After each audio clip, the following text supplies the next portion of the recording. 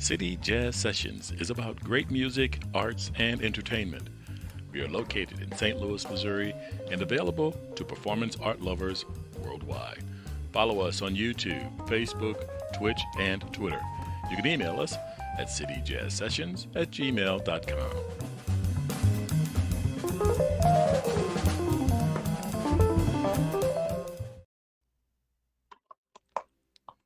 Well, good evening, everyone, and welcome to City Jazz Sessions. I'm Leon Davis. Along with me this evening is another co-host, Leica.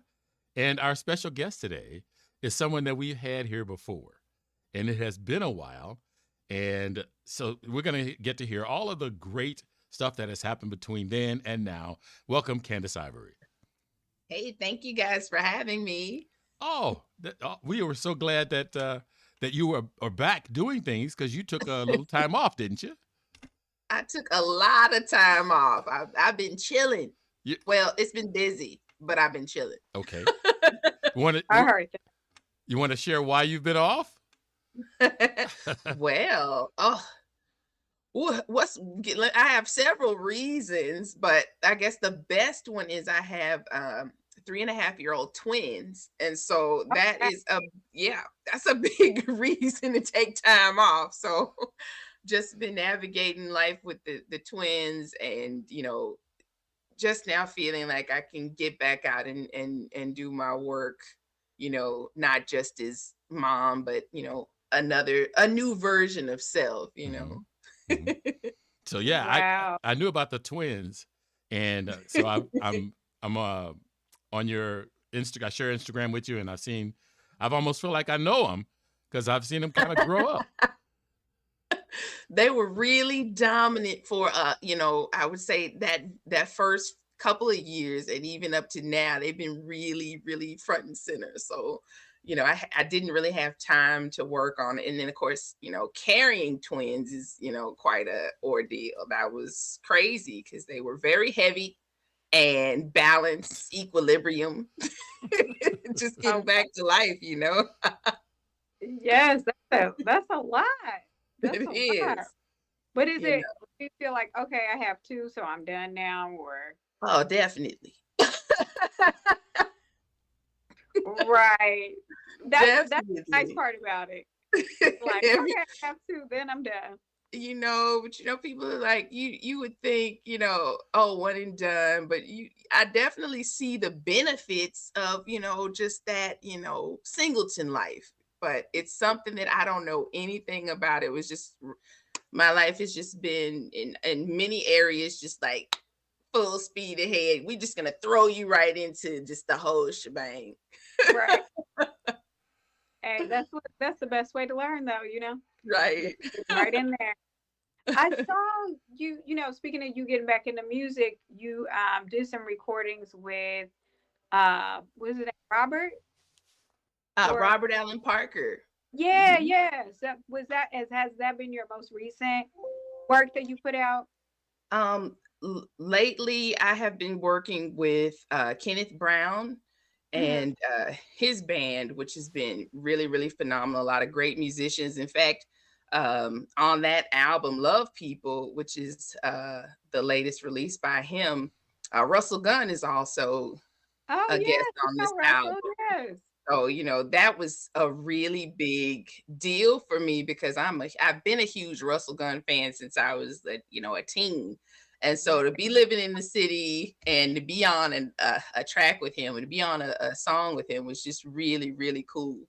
So it was like a full circle moment for me. But lately I'm actually in the studio right now at Sawhorse working on a blues album. So nice. I find a way to keep things busy. But Robert Allen Parker's record, The River's Invitation, is a really phenomenal album as well. I should mention that because he is a collaborator with me on the blues project that I've been working on. And he's just a phenomenal writer, and he's got a lot of all-stars on this album. It's like 20 people. It's like a 20 song record, and he's printed it up in vinyl and really gotten some great write-ups. So that was a really an honor to be part of that project also. And it sounds beautiful. I've heard some of what you've shared on your Insta, and it's just really well done, very high quality. All the Thank you. musicians, like, people definitely need to check it out. Awesome. I hope they do. I mean, I've worked with Robert on a lot of projects, and sometimes I've done so many, songs with Robert. Robert's the type of person you go into the studio with and you'll be there for like, 10 hours and you're like, oh, Oh wow. we did that session. Then I don't think about that session again. And then it's like, okay, we got another album coming out. Like, when did we do all that? Like, when did that happen? Wow. Hey, Taskmaster. how do you feel like doing, like, now being in there 10 hours? I mean, I know you might be exaggerating a little bit, or no? No, no, that's real. Okay, not exaggerating. That's for He's sure. like, he's like, hey, get in there and sing those songs. I won't say it's not drudgery because I love it. I love being in the Hmm. studio. I love to record and I'm very focused about it. And it's just always a good time for me. But Yeah. definitely there are sessions where you're just kind of like, wow, I can't believe I was in there for 10 hours. Right now I have to Oh be a lot my more God. conscientious of time. So, Right. Right. Yeah, I and try I not to. can barely record for about 2 hours, and I'm like, okay, are we done yet? I'm hungry. But also, your voice gets tired, or at least mine does. After so long, you're just like, oh, I don't think this is like my best. Like, I feel like if I'm more Right. fresh, I can really give it Where's my something different. tape? Hmm. So, how did the Yeah. collaboration come about between you and Brown? Um, well, oh my goodness. So, wow. When I so Kenneth is Donald Brown's son, and Donald Brown is a legendary piano player from Memphis, part of the Memphis Piano Convention, Art Blakey alum. And when I began to really start to, form my own jazz bands, one of my first openings was for Donald Brown. I opened for Donald and my god uncle, the late great Calvin Newborn. And so we met that way. We were doing this show for the city. And so we've known each other for years. And at some point over these years, like, we've just kept in touch and we just so happened to be in New York at the same time. And I was there while Kenneth was mixing his last album. We're still trying to figure out exactly how it happened because it was just kind of like a serendipitous thing. Like, okay, we just all are together at this time. And now I'm just so happen to be in the studio watching them mix this album. And so we hang out, we go to Smalls, we see Steve Coleman's band. We run into James Hurt, which this is his band shirt, Spontaneous Creativity. And I've been doing a lot of work with him as well. And he's also another really great Memphis piano player. And so at some point, we remember being in New York together and Kenneth was like, hey, I'm working on this album. Now, my album is love music. His album is love people. And so we kind of like just got the same vibration about the way we consider music and, being in the middle of, I guess, two generations is how I look at it. We're in kind of an old world and kind of a new world. We remember both sides of this story. So we were talking about old clubs and old music, Mhm. old musicians and things that we had done in the past. He was like, hey, I want you to get on this project. And so I'm like, hey, all right. I didn't really think anything about it, but he was like, because people could talk. He's like, okay, just get on this project. Right. He's like, People no, say I'm gonna stuff all the time, like, right, oh, yeah, let's do this, and then it never happens. right. Yeah, yeah, he I was was like, about yeah, it. okay. I'll get on it, and but he was like, here, I'm gonna send you the files and we'll talk about these, see if you resonate with these songs. And of course, so then I was like, yeah, of course I'll do this. And Ken is Hmm. a tremendous player. I mean, his brother also, Keith, has a wonderful album out. He's a piano player.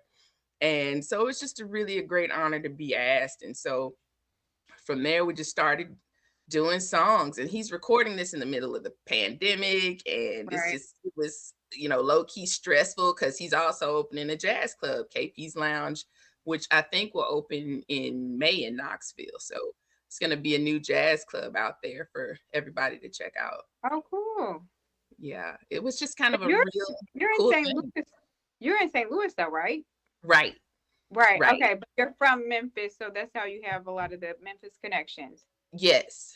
Okay. Yes. But it's kind of crazy. I just like to think of myself as a citizen of the world, but I'm definitely Southern. So, Mm. all parts South. All Right. parts South, definitely Memphis, Atlanta, Virginia. I have lived a lot of places. And it's just kind of funny because now I'm doing more work back home than I've done in a really long time. So that's been kind of Mhm. fun. But I'm really looking forward to doing some more St. Louis collaborations as well. So now you've got a studio in the house at home?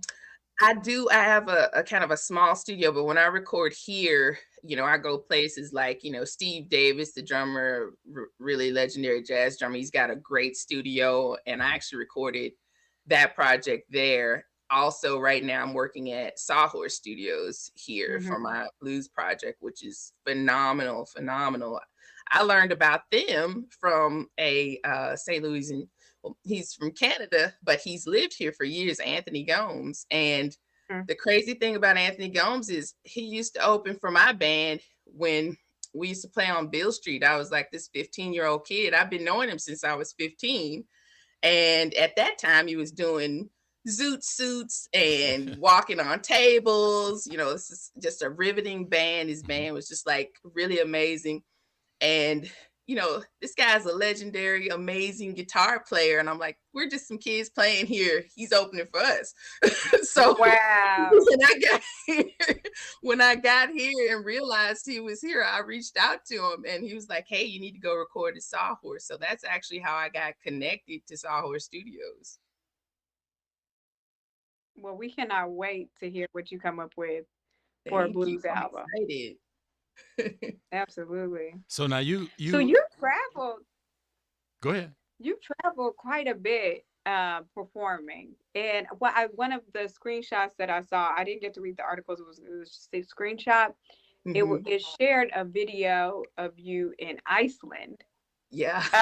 like from like 2007 or something like that, a while ago.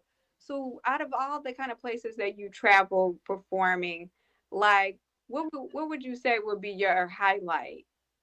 Oh, I hope that, there are several more highlights to come. I feel like, Mhm. I'm still like in a process and I love to go to different places, learn the different cultures and perform for everybody and learn and hear performances and learn from Yeah. them. I mean, Iceland is just like it's just unlike any other place. It's as Mhm. exotic as probably going to the moon. I can't describe Right. anything, but I promise you, every single place I go, I'm gonna run into somebody from St. Louis. That's the Oh crazy my. part. When I got to Iceland, I was there performing with my good friend Matthias Balderson. We call him Matty Sachs, and so the clip you saw was probably us doing the Late Show, which would probably be something like the equivalent of Dave Letterman here, something like that. Mhm. And so when I got to Iceland, I ran smack dab into Luther Thomas, and he is just was an amazing sax player, just completely. I don't want to say insane, but I don't have another word for how visionary his mind is. And he took care of me. I actually got sick over there because, of course, it was negative, like 10-degree weather. Right. And I was like, oh my gosh, my voice. He and his wife took care of me. All the jewelry I'm wearing, she gave to me. So she was like, Oh hey, wear wow. jewelry from my place. He's like, I'm going to teach you how to eat in Iceland.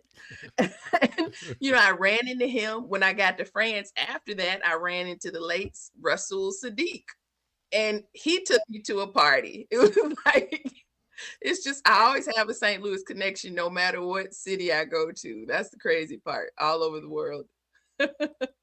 And you're right about Iceland. I've been there, for vacation, and it is definitely like going to the moon. Like It's so you have nice. volcanoes, then you go a few other miles, then you got like lush hills and valleys, and then it's a Right. glacier. Like you keep going. But what a cool experience, to be able to travel and perform. And Yeah. yes, you got many, many more highlights to go, but uh, I love, all you've done so far. Thank you. Yeah, I'm really looking forward to getting back out there. And, you know, I think it's really important for musicians to do this now, not from the standpoint of, oh, let me go play my songs. But I look at, musicianship as a healing job. I mean, one thing that I noticed when I did play out, I played out some during the pandemic at the onset and during, kind of the rougher months where nobody was coming out and people were afraid to come out. Mhm. And just so many people came who happened to be out there were just like, thank you for being here. Thank you for this Right. touch. Thank you for just being able to give us that touch that we need to, feel okay and just, not even just forget about this for a minute, but just also enjoy ourselves and be healed in Right. the moment. And that's going to be our job for a little while is helping people process this isolation because we're not meant as humans to be separate like this, Absolutely. Well, you won't be separate. Absolutely. You won't be isolated for a while. It's true. It's true. Personal free time is one of It's, those fleeting things, but it's, if you crave it like candy, like, here he is, chance to be alone. yeah, you're going to be looking for an opportunity to be alone. So how did you get the title of Queen of Avant Soul? It's interesting. Excuse me, I got that when I came here. And it's funny because Avant Soul is, I mean, genres, terms, these Yeah. things are all, it's marketing, it's just things that we need to do to be able to say, call something something. And then if you say, well, this is what I do, people are like, well, what do you do? What do you do? Okay, it's blues. Well, this doesn't sound like blues. Okay, it's jazz. This doesn't sound like, Mhm. okay, it's avant soul. So it's actually a construct of me just being able to say, well, this is what I do. If you want to call it something, I'll be the one to call it that. And one of my mentors, Reggie Workman, he's like, I don't know about you using the term avant. It seems like it's one of those things where you're going to be ahead of the curve and nobody's going to get it. And then, it's going to be too late. You'll be gone and then they'll finally catch up to it. I'm like, but it seems like that's how it works anyway. So maybe we should just embrace that and, not be afraid of the terms. The terms, I think, genres function to help people find things. When we used to have record stores, I mean, I worked in one. I don't know I don't know really how people process music today. It's really weird for me. I listen to a lot of new and old music, Mhm. but for a consumer in today's market, I definitely don't think that way. I'm definitely more of a, analog girl in a digital world. Okay. So Avant Soul is one of these terms that I just feel like if you need to call this something, and Mhm. Candice Ivory music might be too general for you, here it is. I'm the queen of Avant Soul. So there it is. And that's a legal trademark. That's not just Mhm. made up. Mhm. That's real. So you take it seriously, people. Amen. Amen. And you're right, your music is like a bunch of different genres in one. So I think if you were just to say, oh, it's just jazz or it's just blues or it's just this or it's that, yeah, definitely would be like, well, like you said, like, nah, Right. this ain't exactly that. So yeah, I love that you just say this is a charm. If you want to call it something, this is what it is that Right. really defines like what I'm doing. It's something new, it's something different. Like, here you go. Search it up. Like, It's just I mean, I'm a complicated person and people are complicated people and they're also simple at the same time. Blackness is not a monolith, but at the same mhm, time, Avant Soul is not specifically for blackness. I just so happen to be black, female, southern. These are all qualifiers, though I accept mhm, all superlatives, whatever you guys, whatever. right. But these Avant Soul can be, it's about touching the soul space. It's about Mhm, in that moment, where's your soul connecting musically? And I mean, that's not going to be everywhere for everybody. That's not for everybody. I mean, I've been to some clubs. Sometimes you go in, you walk right out. This doesn't resonate with me. This isn't what I need right now. So, Right. I think it's just about an awareness of, at this point, Avant Soul can be a lot of things. It's an umbrella term for people who don't necessarily fit in one space, and they need a space to fit in it and be themselves. And if that is more than one thing, I'm this and that and Mhm. that and that and this. Okay. So one of the things that you talk about is not being of the traditional, fitting into that traditional music mold. You trying to get with a record company, et cetera, et cetera. How do you find the new um, music space where the artist is in more control, but you have a harder time trying to break out from the pack? Music is a really interesting thing right now. I mean, I think it's always the pulse of the culture. I think you always have to find out what people are listening to in order to understand what people are thinking, because it really does drive the culture, not the other way around. And this is why radio is so important, because we're going to be inundated. We're never really silent at all. We always have something going on. It's the hum of electricity. It's, Mm-hmm. horn honking, it's, construction, it's something constantly happening. So somewhere people are going to be hearing some music. I just think right now artists have more freedom to do whatever it is they want to do, though they have it's more old school in that making money. You see our top leading artists here in the music scene, well, they're not promoting music, they're selling products. They have to sell products now, because music Mhm. isn't cutting it like that. They're streaming, so you can get everything free. You don't have to work to go. You don't have to wait all week for this album to come out and go to the record store and try to see if you can score a copy. There's nothing like that anymore. So now either you have to go on the road, um, you have to sell some products, which Yeah. what is your product? Is it you? Is it some t-shirts? Is it makeup? Is it lingerie? Right. That's where you're really making your money musically. If you're not on the road, that's what you're doing. So, we're in a really interesting position now as artists, because now we just have to ask ourselves what's important. Like, what do we really want to be doing? And of Mhm. course, it's a business. And then there's the business portion of it. Then you got to keep your chops up. If you're a woman, you got your family, you got your kids, it's increasingly demanding. So I think that the important thing, when we're thinking about music now, is just, well, what's the purpose of it? And so at this point, I've really made a concentrated effort to say, well, when I go out now, I'm going out to do my craft.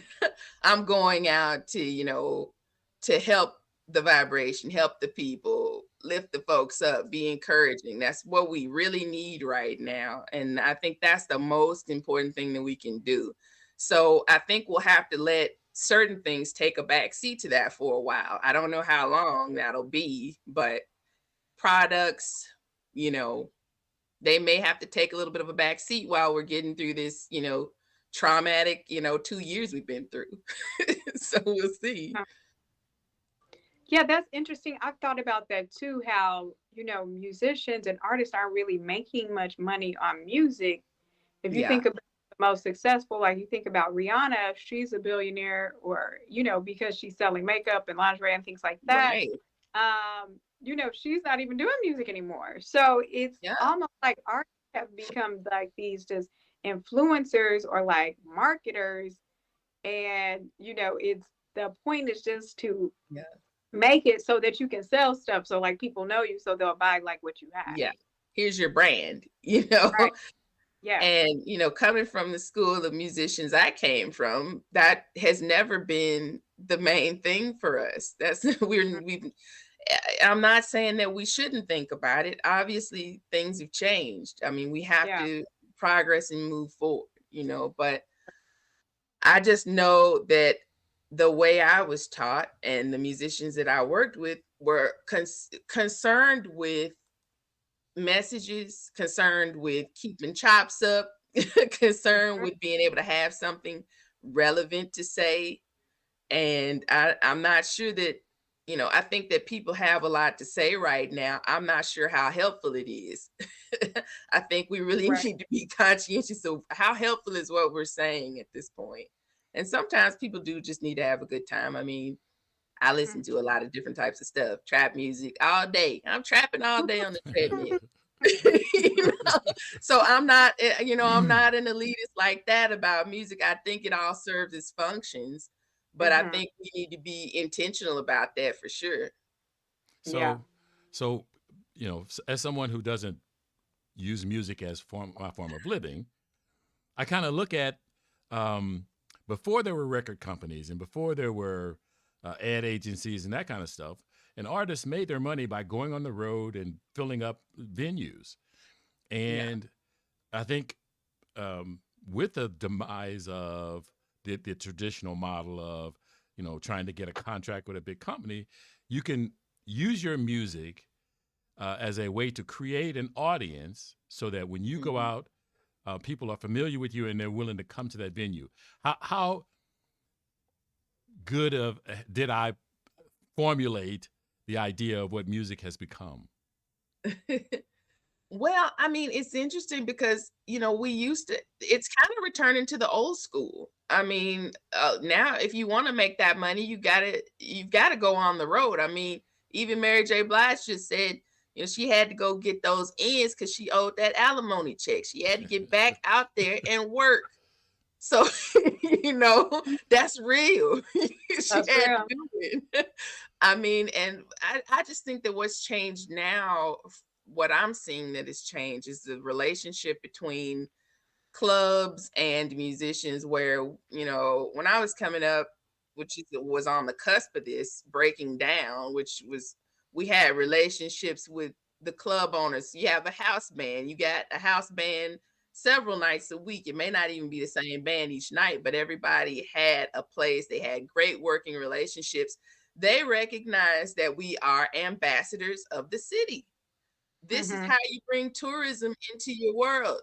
This is how, it's a POS machine's not going to do that. It's not going to create a world-class venue that's going to attract visitors from all over the world and, make the city feel safe, or like they have a vested interest in, raising up musicians, raising up a culture of people.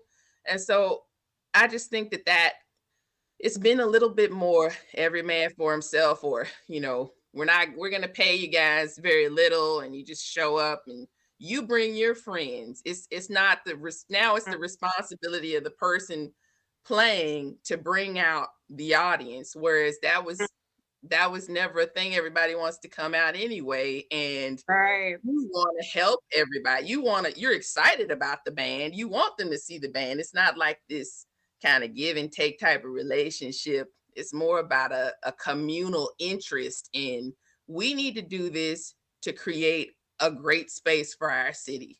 And we're proud of it. Like, I just Mhm. don't see very much of that anymore.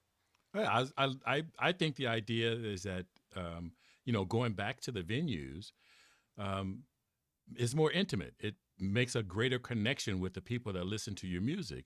You get to Yeah. you get to talk to them, you get to see them, you sign some autographs on the spot. If you want to make some money out of that, you can. But I'm just thinking it becomes more intimate. It puts us back in touch where people got used to going into the studio, laying down some tracks, and walking away and looking for the money. Right, right.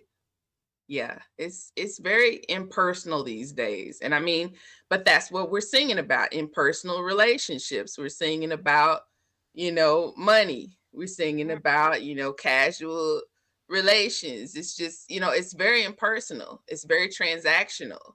And so this is not the type of, musical tradition that I came up in at all. So it's definitely interesting to navigate the new scene. And it wasn't always just about, chops and head cutting. It was also about, okay, now that could happen. I'm not saying it didn't happen. I saw it plenty of times. But it was also about, let me help, raise up these next groups of people Mhm. and create a generational thing that will be benevolent for everyone. It was just more Mhm. communal. Yeah. One of our other co-hosts, Ronnie Barrage, he used to live in St. Louis, or he grew up, playing here. And he said that there were more venues. Like it was all, just more venues, more places where you could play music, more places where you could go listen to music. It was Right. just more happening. And I think it's for that kind of reason that you said, because of that relationship that the venues have with the musicians. You just kind of had it's set up for a good ecosystem. Yeah. But with so much of that disconnection happening, I think that's why so many venues dissolved, Yeah. because if you're not maintaining those good relationships with the musicians as a venue, then it's not working together like it should. The people are not coming, musicians Yeah. are feeling appreciated, so on and so on. And it's really, kind of, I haven't been here all my life, but from what they've shared, the Mhm. scene has decreased. And I think we're on a rebound from that, a resurgence, Mhm. as more there those connections are being made now. I feel like, just personally, but Mhm. it is definitely exactly what you were talking about has Yeah. definitely happened. And I think we have to get back to that to really showcase the city and showcase the musicians as a whole. Yeah.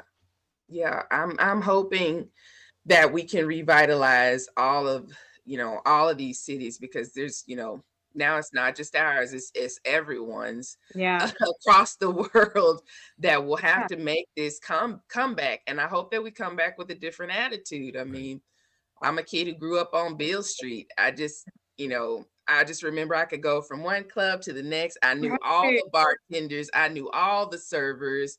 Mhm. There was dinner time, there was, just the boogie time where everybody had, they're dancing and, drinking. But the relationships, I'm still friends with those folks. They're all, I still talk to them like, okay, okay, we remember when you were 15 singing on Beale Street. It's just that kind of thing. It's like you get to see somebody through to the next stages of their life. And it's just a really beautiful thing when it happens.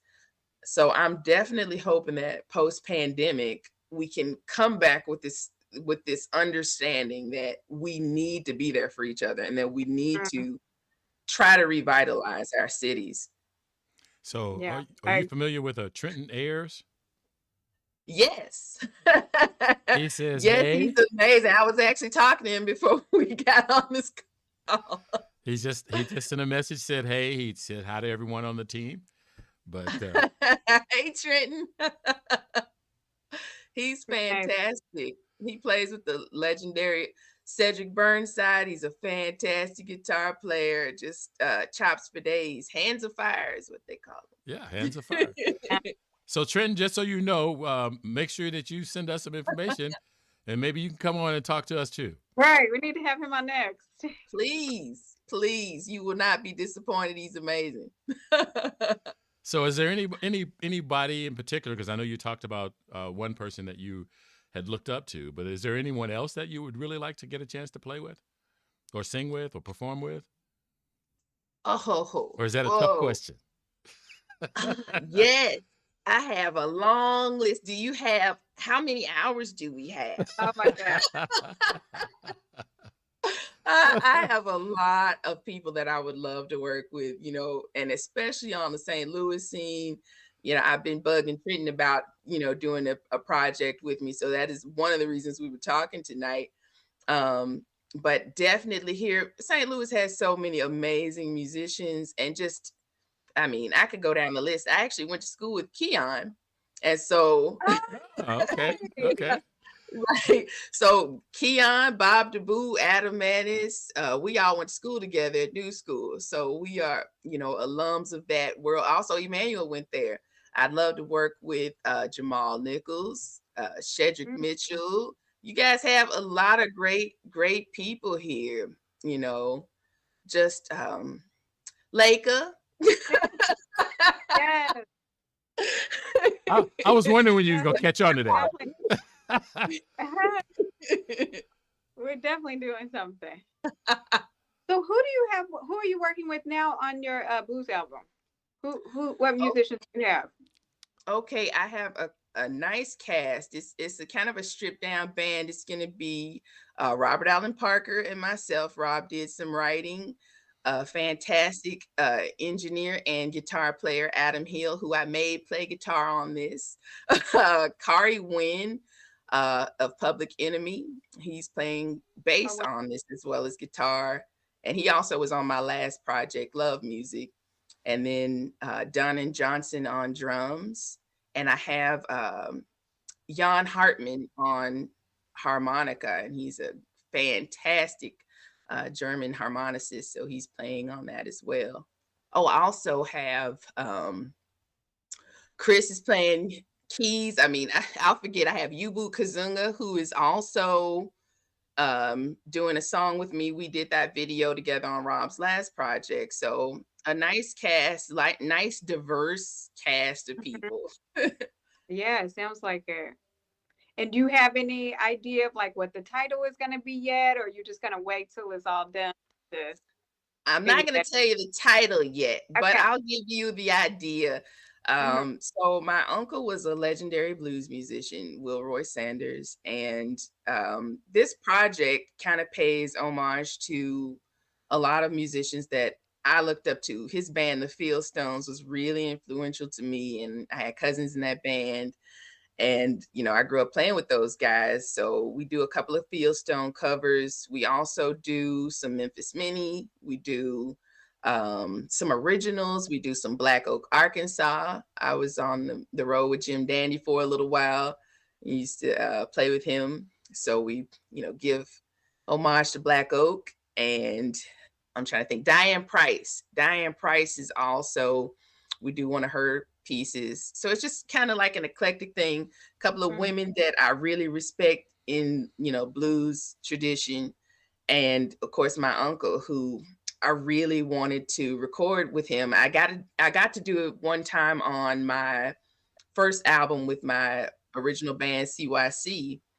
He did come and guest on that, but we never got to do our blues project together. So this is kind of like a nice little thing for me to do, and also a way to talk to the future generations about blues and the concept of blues and why it is kind of dying out in a sense. Yeah. It's just the whole idea of blues right now, and especially for our people, has been really interesting. So I see a lot of people coming back. We have a great group called Mississippi, and they are the descendants of the Kimbros. So we're seeing a lot of younger folks embrace it, and now it's about, what are we embracing? What is the traditions that we're looking at? Trenton's a perfect example of that as well, because we're playing the styles of our forefathers, but of course we're different. We live in a different world. Right. And so we're not sharecropping, but that doesn't mean that we can't access that music, that sound, that style. But we also have our own things to say. So I think that it's really important for us to re-examine those traditions and examine what they mean to us in Mhm. our way. Right. And I feel like that will make it more relevant to a younger audience when you do that. Yeah. Because I feel like one of the reasons why, blues has declined over the years is because you've had mostly older, blues musicians that I feel like sometimes the younger people as a whole didn't feel like they could identify with. But now that kind of more younger blues musicians are, coming to the forefront, I think that will help, to keep blues alive. Right, Well, right. I mean, I spent my whole life trying not to sing blues, if I'm gonna be totally honest with you. I tried to get away from it. And it was, there's a lot of family dynamics. I'm actually writing, a small memoir to go with this, about this experience for me, because, you know, it's not been an easy road for me. And I don't want people to get the wrong idea. Oh man, she had some kids, now she really got the blues. It's Oh my true. God. It's true. You have a different understanding about it, but at the same time, I just do think that, at this point in my life, I can really look back at some of the experiences that I had in what I kind of think of as the old world now. Like, what Mm-hmm. was that in the old world? I'm one of the few people who got to hang out with my great grandparents and be at these picnics where everybody's playing in the country. This is a gift that I took for granted, that I didn't really appreciate at the time, that I was just kind of like, here we go, we got to sing around this campfire again. Okay. you know and so it's just like one of these things now where I realize the beauty of it. I realize what a special time that was, because of course it's gone and Mm-hmm. those people are gone. But there's a whole generation of people who don't know anything about that, and they don't know anything about that lifestyle. Yeah, Yeah. that's my But my they'll learn it concern through was music. is that That's beautiful. people don't gravitate towards the blues because we have so much. Our society, pretty much Yeah, everyone's, got a car or can get access to a ride or something. And so that they don't have those same life experiences and they don't have that same pressure right. that inspired But the blues. they still have the heartbreak, because I feel like blues is a lot about heartbreak. But heartbreak, believe me, is still alive and well and thriving. That's right. Oh man, nothing like that blues heartbreak. Right. Right. Yeah, and I think that's also it too. It's just I guess for the kids in my family, and they can all play it. At the Mhm. same time, it's just kind of like one of those things where it's like we're like, well, we'd rather be doing this. Or Yeah, they got more also options and the stuff. heavy preachers in my family. I'm a preacher's kid myself, so there's always, especially in the South, this dynamic of heaven, hell, good, bad, evil, good. It's just one of those things. So you got Robert Johnson at these crossroads. So my uncle was not exactly accepted in some ways for the choice of choosing to be a bluesman. You just, Mhm. it's just a fact. Okay.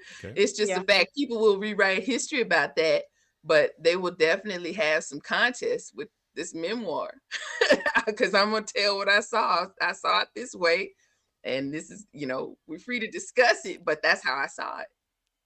Yeah. I grew up Pentecostal, so it was very much like anything besides gospel music was the devil's music. And Right. actually, I was just looking, because I'm doing this play in October, St. Louis woman. And one of the women that we're highlighting in the play is Willie Mae Ford Smith, who's a gospel singer out of St. Louis.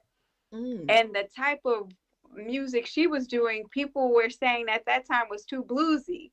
The way, because it wasn't just like him, spirituals and like how you would read it off of him. She was putting more right. soul into it. Yeah. And so they were like, oh no, you're singing it too bluesy. And that actually, so that is what we know of as gospel music today, is like that was the beginning of it. And they thought that was Right. bad, like. I mean, just I guess we should just throw away the whole Ray Charles catalog. Little Richard, that's just gone.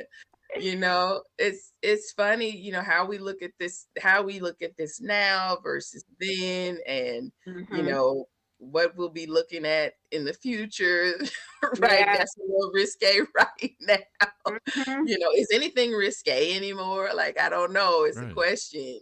But when I look back, especially now with kind of this, you know, new veil removal from my eyes, when I think about, all these guys, why they're our heroes. I mean, they're rock stars in the face of segregation, in the face of, all of the things that they're Yeah. going through as Black men and women in the country, in the world. I mean, my uncle got to perform, all over Europe with the Fieldstones, and he got to, have opportunities that really should not be afforded an eighth grade education Mm-hmm. or a sharecropper, which is where they come from. My family comes from Mississippi. They're sharecroppers. I can go into the whole long history because I have a lot of branches. I know most of it. I'm a family historian. And so that's part of the reason why I've, taken the last month of February to showcase this, because this is part of my project. It's about where do we come from? And everybody's got the blues. Yeah. If you live here, you've been influenced by it some way. You're listening to it some way, and the realization we hear about it, like, oh, well, yeah, they don't get their credit, and well, let's give it to them then. Let's Yeah. not say that. Let's give it to them then. And one thing, like, I just want to mention for people who may not follow you on Instagram, is through the whole month of February, you've really been showing. You have all these photos, old photos of your family and your history, your grandparents, and it's a beautiful. Like, I love, like, doing and just kind of reading through your family history, and which is Black history. And it was just beautiful. So, if people don't follow you on Facebook, not on Facebook, but on Instagram, I really recommend it. Thank you. It's my grandmother, my great grandmother was just a great steward of all that. I actually used to have tons more photos, and I haven't even shown you the half of it, but it's a large family on those branches, and it's just, they had a rich pictorial history there. And a lot of things were lost in various ways, fires, moves, So I'm glad that we've been able to preserve as much of it as we have, over the 100 years or whatever. But it's been great, and these are things that I would take for granted. I'm like, who cares? The response I get from people about those pictures has been really overwhelming, though. It's been really, really sweet, and it just makes me happy to show people, like, hey, we have a wonderful tradition that we can draw from, and it's not just mine. It's not just mine. It's everybody's. So how do you One question I see? have. How do you Go see ahead, the? Dion. How do you see the music industry um, looking moving forward? You think it's going to change? It's going to go back to the way it was? Is it going to be a hybrid of that?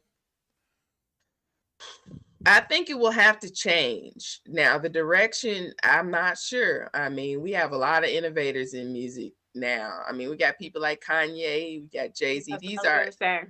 these are innovators. They've taken Bowie and Prince to the next level as far as ownership and as far as the way people, process music purchases, streaming, Hmm. even products, all the things that they do. So I think we have a lot of opportunity for, reinvention. And I think it doesn't have to be taking advantage of people. I know that doesn't have to be the thing. And it Sure. doesn't have to be, we just look at this particular small group of folks and only, you know, and only think about them, because it does feel like a very small incremented thing where we're going to highlight these folks and we're not going to think about these folks over here. So hopefully that will change. Sure. Sure. So Trenton says NFTs, and Yes, he's right. And that'll be another way that'll be to another sell way. But that to me is all marketing stuff, and so I think from the standpoint of artists doing creative stuff, I think I like the changes because the artist is now more in control of music, and you don't have True. the radio stations controlling, totally controlling, and the music company saying, well, we're not going to produce that kind of music. You Right. as the artist now have the potential to just put your stuff together the way you want it, and then try to find a market for it. Now, the interesting thing about that is that, are people inundated? I mean, now we have a whole metaverse out here. Hmm. I got this Oculus machine, and I'm just like, oh my gosh, how do you even use this? How do I even, I'm just gonna be in here. Is that what Right, right. So the question is, so how do you make the noise loud enough, or how do you make it visible enough? And so there'll be a couple of things that falls through the cracks with that, because people are just gonna be like, I'm tired of just being inundated with all this stuff. Yeah, but So I think the I beauty of don't that know. is you can take that and set yourself apart from someone else by doing, by creating an Oculus character, or creating um, um, a song creation project where you can use your Oculus to, put together parts of your music collection. Because I know you do a lot of videos, and I've Now, seen. see, that's innovative. Right, that's innovative, and I think with the right vision, that's going to be the new frontier. It's going to give you more opportunities to sell that music, to get into Now front of that's people. true. It's funny because for me, I mean, I don't even know. Right now, I've got so many different things I'm doing. Hmm. I've been working on a lot of visual art lately too. So that's been kind of a thing that I've been doing. Normally, I would be in my studio and I could be like, just look over here. But now I'm downstairs hiding out in the cool basement because, St. Louis weather is just random right now. But I think that what we should ultimately do probably is pursue the things that we're the most passionate about. Because if the pandemic taught us anything, it's that we need to enjoy ourselves. We need to enjoy our life. Our life should have meaning. It should have serious foundation. It should have things that we're passionate about. It should have relationships that we're passionate about. And we should be focused on that, because one thing Russell Gunn told me when I was 18 and wrote him an email, he told me that whatever is worth hearing will be heard. And I said that was his way of telling me, don't be out here like trying to do something Hmm. and just say, well, I'm gonna move this way so these people will see me. I'll move this way so that those people will see me. It's about the authentic self now. I think Hmm. we need to try to tap into that, and I think people will respect and love it, and you'll be Mhm. happy. Whether you get super successful at music or whether get, I mean, because what is success in music? Exactly. What is it? Yeah. I don't think people have. Well, everybody has a different interpretation of what success is, but I think the pandemic and the change in the music culture is really going to get people to identify what is success to them, and then they can Yeah. pursue that better. I mean, I feel like as a musician, I've been extremely fortunate. I get to talk to amazing people every day, like you Hmm. guys. I get to talk to, you know, class A musicians like, Trenton and James Hurt and Mono Neon in one day. you know, it's just it's a great life. It's, but it's a life about an authenticity. And it's like one thing I know, having gone on the quest to get people to understand who I am as a musician. Well, please explain it. Please define it. What are you doing? Okay, I'm doing Avant Soul. What's that? Okay, that's just me being the best version of myself. And I think right now I'm just kind of at the point where it's like I've been doing this about, you know, over 25 years. Over 25 years. No, I can say that proudly. I've been doing this a while. I've been a kid doing this my entire life. And I just enjoy being able to share my gifts and learn from other people. And I think that's got to be the important thing about it. Even if I make money at gigs, which I do, I'm not, I don't feel like I'm not doing what I need to do musically. But I think that most people are like, if you don't do American Idol, if you're not Mhm. on Hmm. lights, if you're not doing, that's not what I'm doing this for. I'm doing this because it's about a generational legacy in music that I was taught and gifted, and I'd like to be able to give that back. Amen. Thank I you. think you summarize things so good. Like you can just tell you're so grounded and it's just beautiful to hear. I'm sure, people Thank listening are you. enjoying that. One thing you mentioned was your artwork, and I'm glad you mentioned it. Now, do you just do you sell your artwork? Like, is it just for yourself? Like, tell us a little bit about your art. I'm starting to branch out a little bit more in that. I mean, it was one of those things that I just kind of kept to myself. you know, Mhm. I have a lot of, I love art, I love visual art, and it's always been a huge influence in the way I write or in the way I even make music.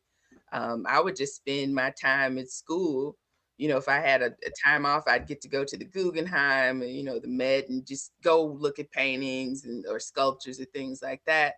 So right now, I have actually been doing more painting. I've been doing drawing, and I am selling some pieces, but mainly it's about just, it's been helpful as far as just almost therapeutic for just me Mhm. expressing myself in a different way, since I'm not performing live very much, at this point. Nobody has been out performing that much, but I have Mhm. been doing the recording. So for, I guess, not being able to do live work, I just started really getting into painting. Right now, two of my pieces are on exhibition in Kansas, in Hutchinson, Kansas, for a exhibition called Dialogue Reconstructed, and Oh, it'll awesome. be up and through March 19th. And so there's artists from all over the Midwest, and it's about just looking at life differently, looking at, who we are. So it's artists from all different cultures and backgrounds from the Midwest sharing their pieces.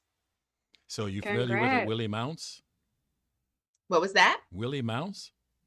Yeah. Mounce? Yeah. So Hi, Willie. Willie asks, how can other cities teach young children how to play the blues, such as how they do at the Delta Blues Yeah, Museum in because Clarksdale?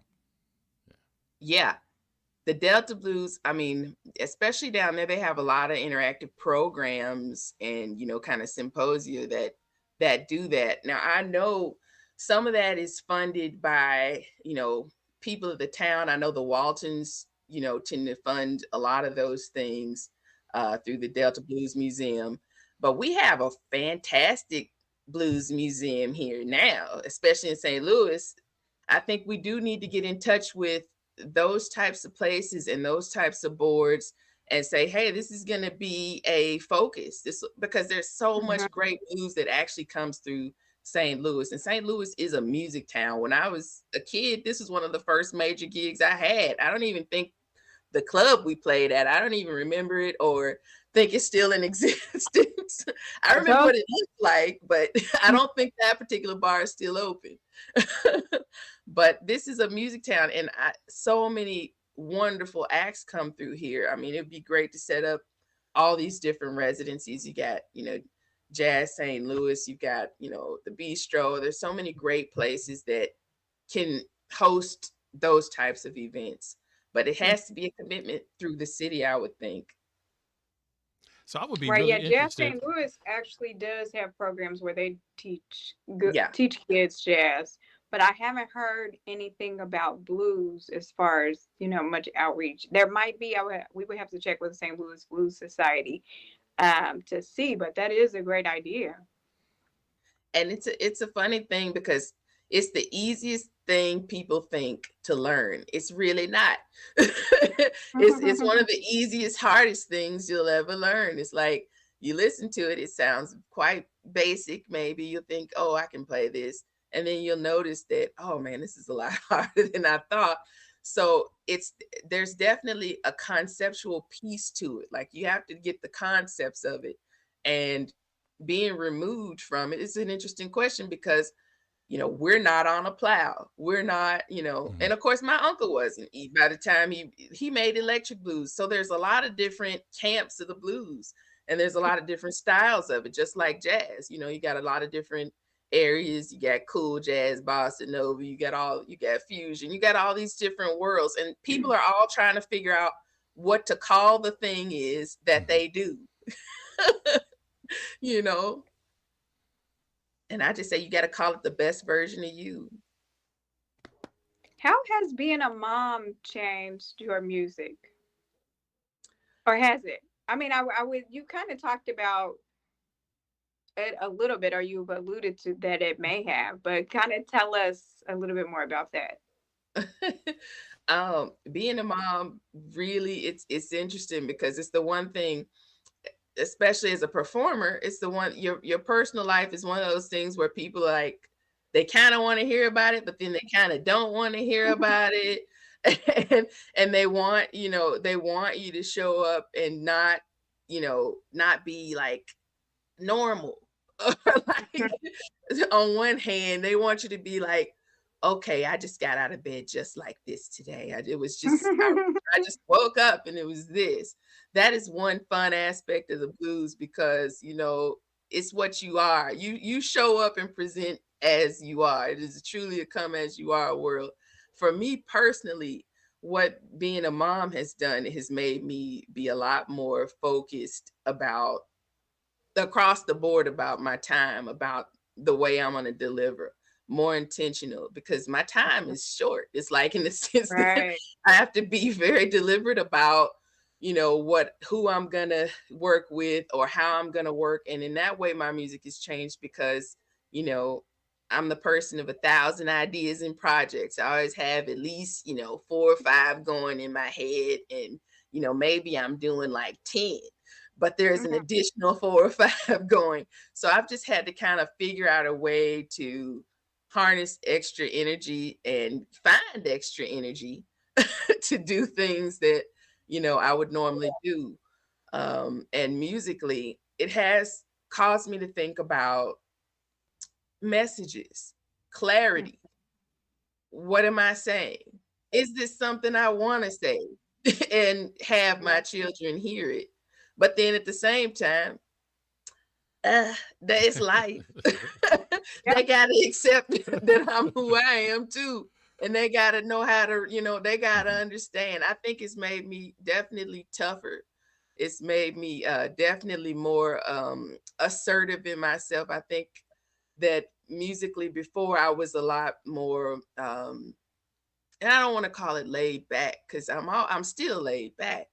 But I just definitely think that here I have more of a focused direction, I will say. I have an intentionality. Yeah, that makes sense.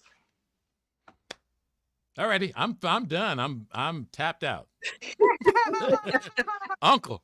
I have absolutely really enjoyed talking to you, though. It's always fun. It is. It is. Although I feel like you're a little different this time than the last time. I don't know if maybe you were a little, it was new, working with us or what, but I just feel like you're a different person. It may be the 3-year-olds. I don't know. Yeah, what is it, Leon? What did I do, Leon? I don't know. I just feel like there's a little bit of a different you there. Well, I'm sure it's just growth. It's been a few years. If you think I'm wilder, it's absolutely true. That's what I'm thinking. Because you were a lot quieter that time. I mean, we had a conversation. You just kind of sat and absorbed a lot of stuff. But now that's one question you asked me, I had just gone to that float tank. And I remember you asking me. I remember that. I was evasive about that. I wasn't really coming clean about the situation. If I remember right, I think you told us that you didn't totally come clean on that one. Yeah, but it was a cool experience though. Like, I mean, I just think, you have to get used to the idea of floating in complete darkness and, in this orb, it was still kind of random. Right. Okay. All right. I didn't. I'm glad to know that I'm not crazy. You're getting the wildness right now. I'm getting the more you. Vibe in full effect. I think what it is you've been dying to get out of the house, and this is just one of those opportunities. That's right. Yes.